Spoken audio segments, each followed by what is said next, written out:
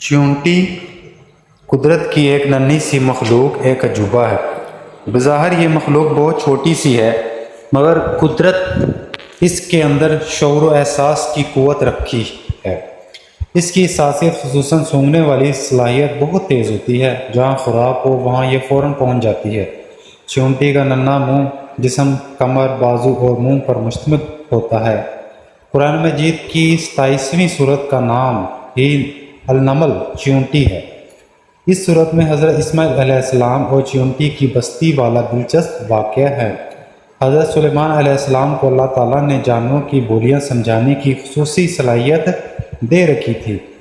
چیونٹیاں عام طور پر گروہوں یا جتھوں کی صورت میں رہتی ہیں۔ یہ زیر زمین سوراخوں اور بلوں میں اپنے گھر بناتی ہیں۔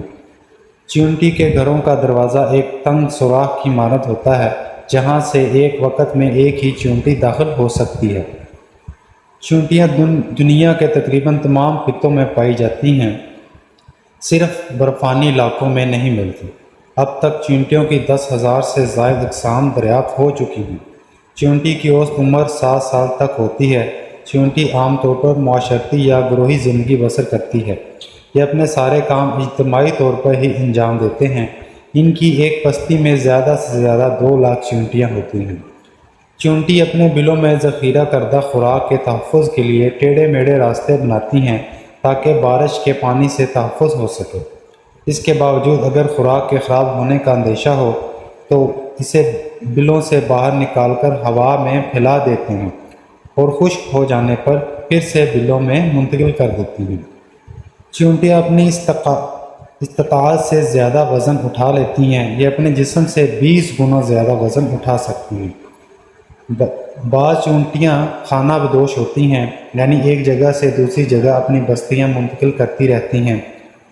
چیونٹی ایک ایسی ننھی مخلوق ہے جو دیوار یا بلندی پر چڑھنے سے اگر گر جائے تو بار بار کوشش جاری رکھتی ہے اور اسے کچھ ہوتا بھی نہیں۔